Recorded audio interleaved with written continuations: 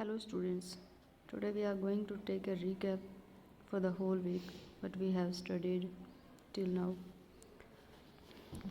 We have studied about the depletion and pollution of groundwater.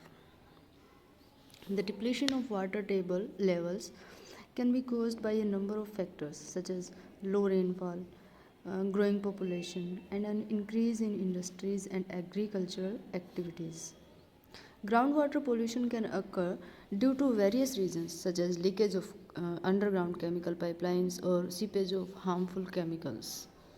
Uh, as you know, the wastage of water and need for water management. The wastage of water can be at community level or can be at individual level.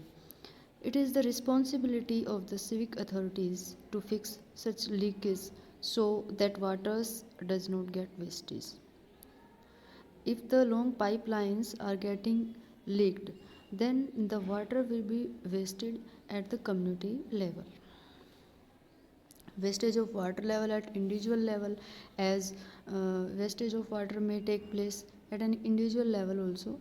Most of us waste water while brushing teeth, saving, bathing, as we use the showers while bathing, so we are wasting the water, etc. By having the tap open even when not using water. One more thing, the main reason of the water wastage is the leaking tap also. We have to maintain all the leaking taps.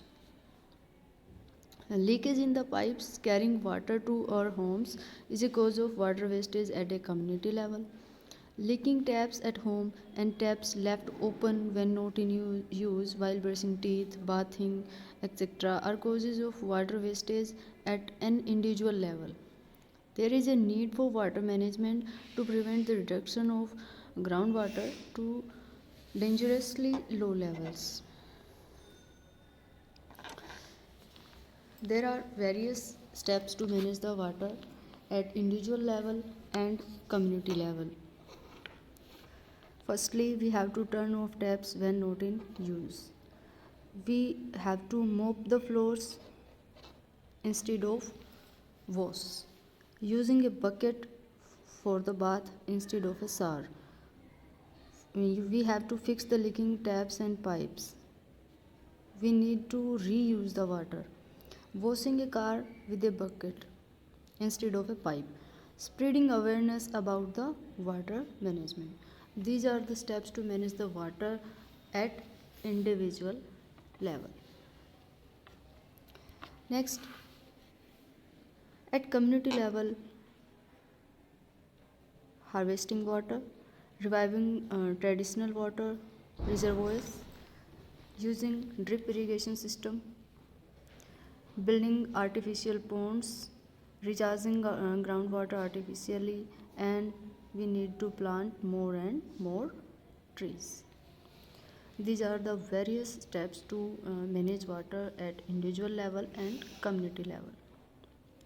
As we all know that the 2/3 of the earth is occupied by water, but only a fraction of this water is available to us for use. Water is present in all three forms in the water cycle. Groundwater is present below the surface of the earth and it gets recharged by the rain. Increase in population, industrialization, and agricultural activities are some of the factors which have contributed to the depletion of groundwater. We can take various steps to manage water at the personal and community level as we have discussed now also. Now we are going to study about the sewage and its composition and effects on the environment. Wastewater released by the homes, industries, hospitals, offices, etc. forms sewage or liquid waste. It contains organic contaminants such as human feces, animal waste, oil, and urea, etc. Secondly, the inorganic contaminants such as nitrates, phosphates, and metals, etc. It also contains microbial contaminants such as Vibrio cholera, which causes cholera, and Salmonella paratyphi, which causes the typhoid. These are the bacteria which can cause the disease. Sewer and sewage. The big and small pipes that carry the wastewater away from our homes are called sewers. The network of these pipes is called sewerage. The sewerage system helps us maintain good sanitation in our localities. We should not dump the wastewater directly into any water body.